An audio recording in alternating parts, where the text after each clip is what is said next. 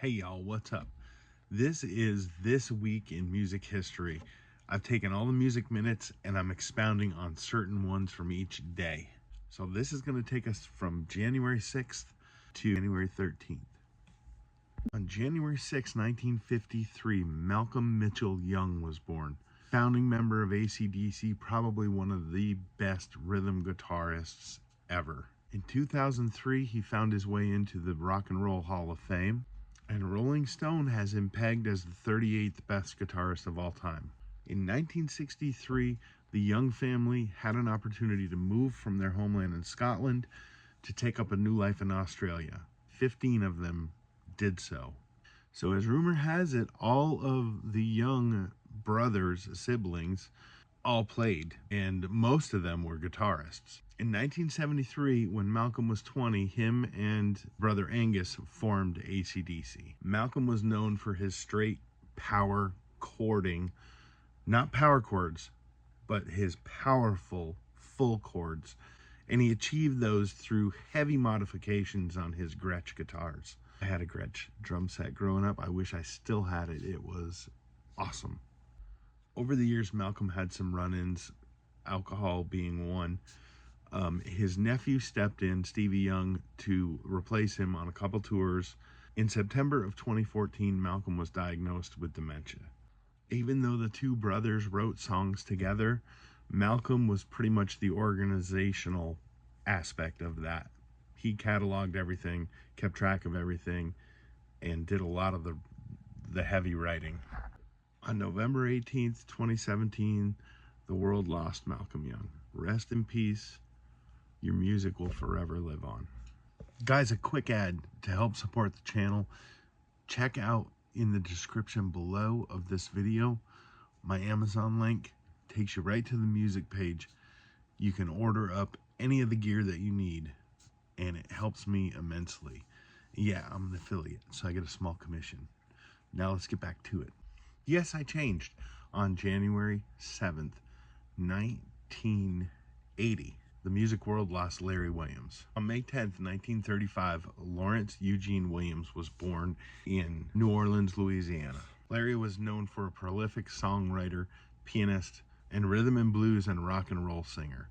Larry Williams wrote some really cool songs in the 50s that a lot of the British invasion bands became fans of and did covers to, especially John Lennon and the Beatles. Songs like Boney Maroney, Short Fat Fanny, Slow Down, Dizzy Miss Lizzy, Bad Boy, She Said Yeah, and a few others. He moved back to New Orleans after spending some time in California and ended up developing a relationship with Little Richard in around 1955. In 1957, Little Richard left Specialty Records to go back into ministry, and they needed somebody to fill the spot, and Larry was the perfect pick. He wasn't very successful. He did sell over 1 million copies of a few different songs, but his recording career didn't really take off like they thought it was going to. In 1959, he was arrested for possession and dropped from the label, and he ended up spending 3 years in the pen, where that set his career back considerably. In the 60s, he's tried to make a comeback. He did some production for Little Richard, which was successful, did some recordings on his own and with his side band, stayed in the music industry, didn't get a lot of traction. Now, by the middle of the 70s, he was kind of fallen off. It's said he may have been involved in prostitution as a pimp, and he was in drugs and alcohol, and it was starting to take a toll on his life. In 1977, it's said that he pulled a gun on his friend Little Richard because of a drug debt. This again drove Little Richard back to the ministry. On January 7th of 1980, Williams was found dead at his home with a single gunshot wound to his head. Because of his lifestyle, there was all sorts of speculation that maybe he was killed. It was a drug deal gone bad. It was ruled a suicide, but many people did not think that it was. The Beatles covered Larry Williams' music, Bad Boy, Slow Down, and Dizzy Miss Lizzy, with much success. The Rolling Stones covered his song She Said Yeah, and John Lennon went on to cover Boney Maroney and Dizzy Miss Lizzy all on his own.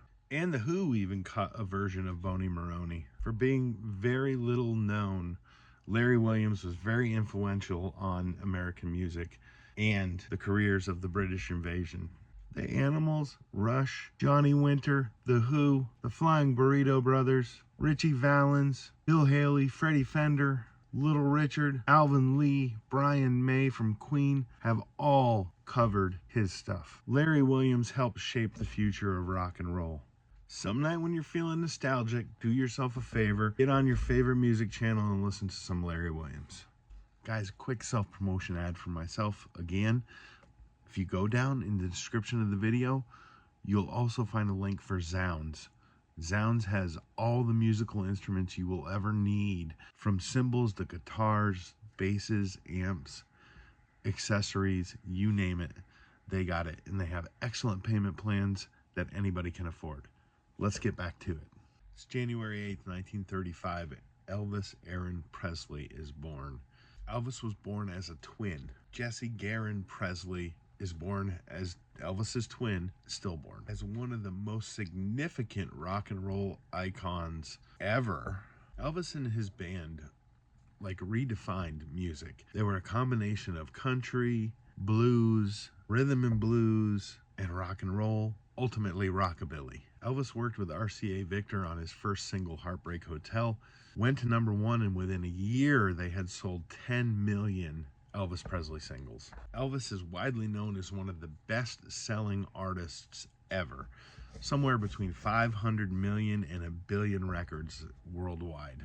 Not uncommon in the time, Elvis found his love for music at the church. His 10th birthday, he received his first guitar as a gift. 2 uncles and a pastor really helped him learn how to play the guitar. When he was young, he didn't want to sing in public. He was pretty shy about it. Elvis is known as saying he wasn't popular in school and he failed music. He once performed in a talent show, and after that, he became a little bit more popular. By the time he got close to graduating, Elvis had figured out that he had wanted to do music. In 1953, Elvis had paid to cut a couple recordings and had actually auditioned as a singer and a bandmate even in a quartet, and they were all denied. Elvis's signature dance moves came from a combination of nervousness and his feel for the music, but it drove people crazy.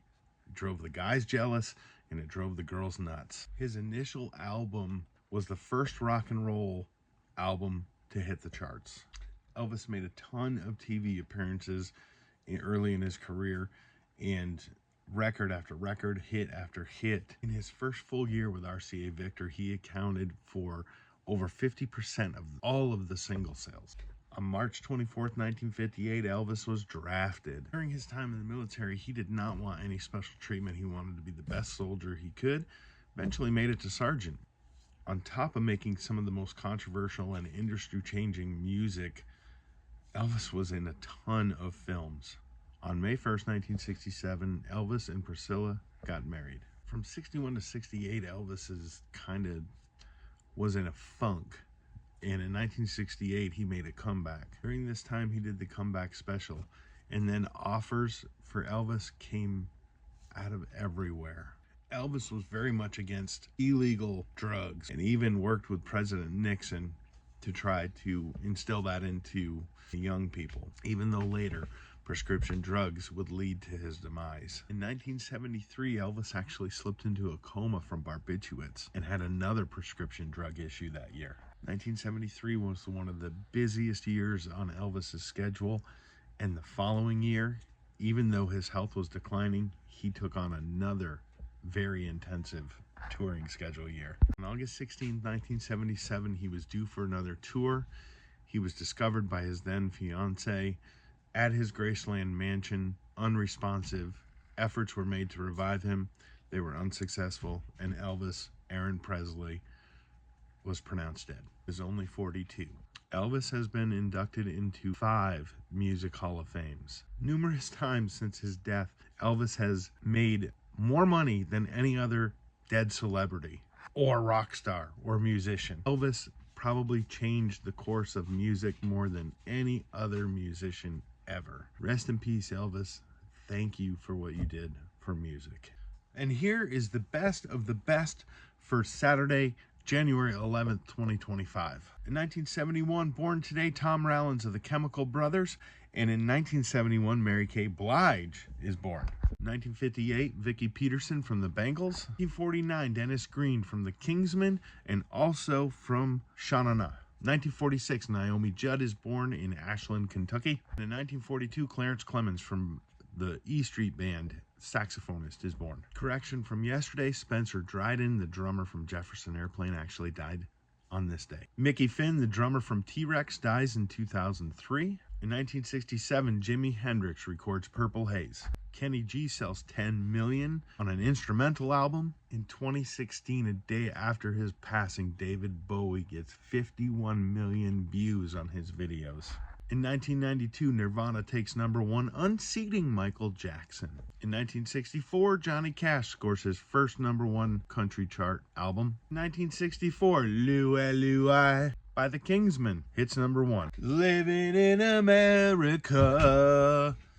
Ow! James Brown, 1986, rises to #4. It's his last hit. And that's about gonna wrap it up. We will see you all tomorrow with the rest of the week roundup and the best in music minute history for tomorrow. Thanks for being with me. Hit all the buttons. Like, comment, share, follow. Love you all. Peace.